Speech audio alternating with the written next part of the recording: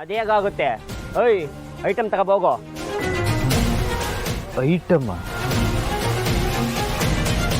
ಮಗ, ಹೂವಿನಾರ sweet ready. ತಾಳಿಯಲ್ಲೋ? ತಾಳೆ ಎಲ್ಲ ಕತ್ತಲ್ಲಿಲ್ವೇನೋ, ಅವಾಗ್ಲೇ ತೋರಿಸ್ಲಿಲ್ವಾ? ಹಾ, ಸರಿ ಸರಿ, ಹಾರ ಕೊಡು. ತಗೊಳ್ಳಿ, ಹಾರ ಬದಲಾಯಿಸ್ಕೊಳ್ಳಿ. ಕೊಡಿ ಹಸ್ಬೆಂಡು, ತಗೊಳ್ಳಿ ತಗೊಳ್ಳಿ ಹಸ್ಬೆಂಡು.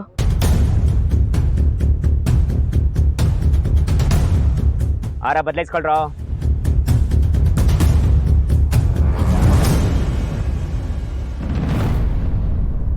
ಹಾಕಿ ಹಸ್ಬೆಂಡು. ಕೊನೆವರೆಗೂ ಏನು ಮಾಡ್ಕೋಬೇಕೋ ಮಾಡ್ಕೊಬಿಡಿ. ಕೊನೆಯಲ್ಲಿ ನಾನು ಏನು ಮಾಡ್ತೀನೋ ನನಗೆ ಗೊತ್ತಿಲ್ಲ. ಆಯ್ತಾಯ್ತು, ಮಾಡುವಂತೆ. ಮೊದಲು ನೀನ್ ಹೆಂಡತಿ ಕೊಡೋದಾಗ ಹಾರ ಹಾಕು.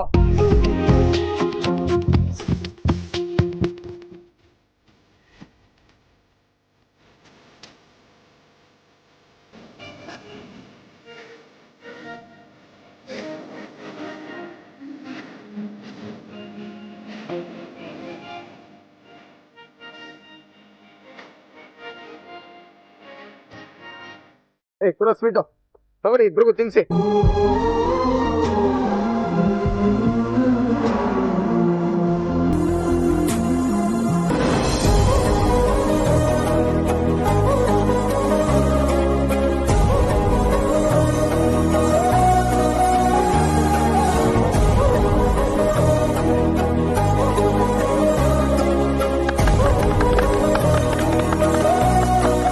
ಮುಗೀತಾ ನಿಮ್ದು?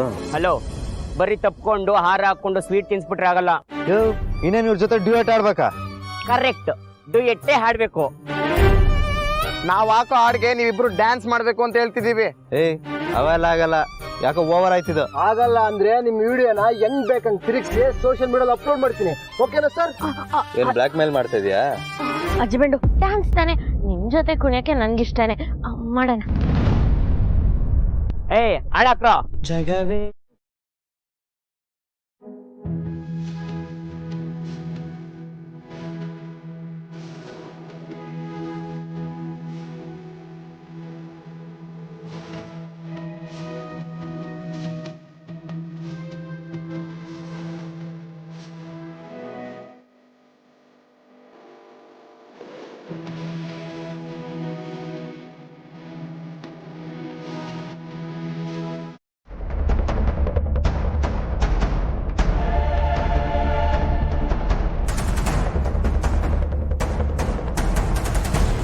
ಅಲ್ಲ ಚಿರು, ಅರ್ಚನಾ ನಿನ್ನ ಜೊತೆ ಬಂದಿದ್ದಾಳೆ ಅಂತ ನೀನಾದರೂ ಹೇಳ್ಬೋದಿತ್ತಲ್ಲ. ಅಚ್ಚು ನಿಮಗೆಲ್ಲ ಹೇಳಿ ಬಂದಿದ್ದಾಳೆ ಅಂದ್ಕೊಂಡಿದ್ದೆ. ಅದು ಅಲ್ಲದೆ ಮನೇಲಿ ಇಷ್ಟೆಲ್ಲ ಆಗಿದೆ ಅಂತ ನಂಗೆ ಗೊತ್ತಿರಲಿಲ್ಲ. ಅದಕ್ಕೆ ನಾನೇನೋ ಒಳ್ಳೇದು ಮಾಡಬೇಕು ಅಂತ ಅಂದ್ಕೊಂಡೆ, ಅದಾಗಲಿಲ್ಲ. ನೋಡಮ್ಮ ಸೌಂದರ್ಯ, ಅರ್ಚನಾ ಹೀಗೆ ಅಂದ್ಬಿಟ್ಟು ಹೋದ್ಲು ಅಂತ ನೀನು ಬೇಜಾರು ಮಾಡ್ಕೋಬೇಡಮ್ಮ. ಇಲ್ಲ ಮಾವ, ನನ್ನ ಉದ್ದೇಶ ಅವಳಿಗೆ ಅರ್ಥ ಆಗ್ತಿಲ್ಲ, ಅದಕ್ಕೆ ಹಾಗೆ ಆಡ್ತಿದ್ದಾಳೆ.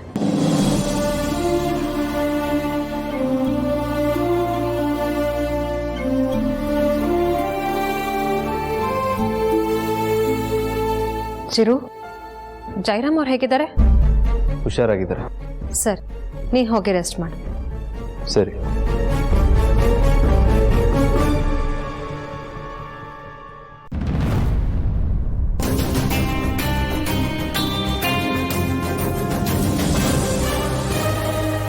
ಮಹಾ ಮಂಗಳಾರತಿ ಆದ್ಮೇಲೆ ಪ್ರಸಾದ ಇಸ್ಕೊಳಕ್ ನಿಲ್ಲೋ ತರ ಇನ್ನೂ ಇಲ್ಲೇ ನಿಂತಿದೆಯಲ್ಲೇ, ಹೋಗ್ ಕೆಲ್ಸ ನೋಡು.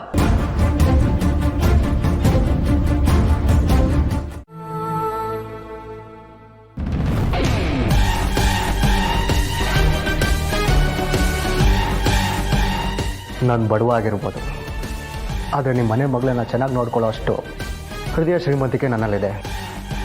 ದಯವಿಟ್ಟು ನಮ್ಮ ಪ್ರೀತಿನ ನಿಮ್ಮ ದುಡ್ಡಲ್ಲಿ ಅಳ್ಳಿಬೇಡಿ. ದುಡ್ಡು ಇದ್ರೇನೆ ಬದುಕೋಕ್ಕಾಗೋದು ಅನ್ನೋ ಸತ್ಯ ನಿನಗಿನ್ನೂ ಅರ್ಥ ಆಗಿಲ್ಲ ಅಂತ ಕಾಣುತ್ತೆ. ದುಡ್ಡಿಂದ ಪ್ರೀತಿನ ಕೊಂಡ್ಕೋಬಹುದು, ಆದರೆ ಪ್ರೀತಿಯಿಂದ ದುಡ್ಡನ್ನ ಕೊಂಡ್ಕೊಳ್ಳೋಕ್ಕಾಗಲ್ಲ. ಅರ್ಚನನ್ನ ಮದುವೆ ಆಗೋರು ಯಾರೇ ಆಗಿರಲಿ, ಅವ್ರಿಗೆ ಈ ಮನೆ ಅಳಿಯೋ ಆಗೋ ಯೋಗ್ಯತೆ ಅರ್ಹತೆ ಇರಬೇಕು. ಅದ್ಯಾವುದು ನಿನ್ನಲ್ಲಿಲ್ಲ. ನನ್ನ ಯೋಗ್ಯತೆ ಬಗ್ಗೆ ಮಾತಾಡೋ ಅಧಿಕಾರ ನಿಮಗಿಲ್ಲ. ಏಯ್, ಜಾಸ್ತಿ ಮಾತಾಡಬೇಡ. ನಿಮ್ಮಂಥ ಲೋ ಕ್ಲಾಸ್ ಹುಡುಗರ ಮೆಂಟಾಲಿಟಿ ಏನು ಅಂತ ನನಗೆ ಚೆನ್ನಾಗಿ ಗೊತ್ತು. ಈ ಥರ ಶ್ರೀಮಂತರ ಮನೆ ಹುಡುಗಿರ್ನ ಪ್ರೀತಿ ಅನ್ನೋ ಬಲೆಯಲ್ಲಿ ಬೀಡಿಸಿ ಅವ್ರ ಆಸ್ತಿ ಮೇಲೆ ಕಣ್ಣಿಟ್ಟು ಆ ಹುಡುಗಿಗೆ ಟಾರ್ಚರ್ ಕೊಟ್ಟು ದುಡ್ಡು ಕಿತ್ಕೊಂಡು ಕೊನೆಗೆ ಅವಳನ್ನ ನಡು ನೀರಲ್ಲಿ ಕೈ ಬಿಟ್ಟು ಅವಳ ಜೀವನನ ಹಾಳು ಮಾಡೋದೇ ನಿಮ್ಮಂಥ ಹುಡುಗರ ಉದ್ದೇಶ. ಸಾಕು ನಿಲ್ಸಿ ಮೇಡಮ್, ಮಾತು ಎಲ್ಲಿಂದ ಎಲ್ಗೋ ಹೋಗ್ತಿದೆ. ದಯವಿಟ್ಟು ನಾಲ್ಗೆ ಮೇಲೆ ಇಡ್ತಾ ಇರಲಿ. ಏಯ್, ನೀನ್ ಯಾರೋ ನನಗೆ ಬುದ್ಧಿ ಹೇಳಕ್ಕೆ?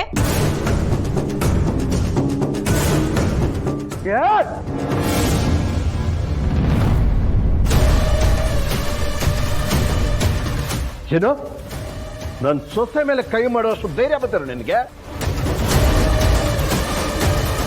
ಹೆಣ್ಮಕ್ಳ ಮೇಲೆ ಕೈ ಮಾಡ್ತೀಯ ಅಂದ್ರೆ ಇನ್ನು ನನ್ನ ಮಗಳನ್ನ ಯಾವ ಮಟ್ಟಕ್ಕೆ ನೋಡ್ಕೋತೀಯ ಅಂತ ಈಗ ಅರ್ಥ ಆಯ್ತು ಕಣೋ. ನಿನಗೆ ನನ್ನ ಮಗಳನ್ನಲ್ಲ, ಅವಳು ನೇರಳು ಮುಟ್ಟೋ ಯೋಗ್ಯತೆ ಕೂಡ ಇಲ್ಲ.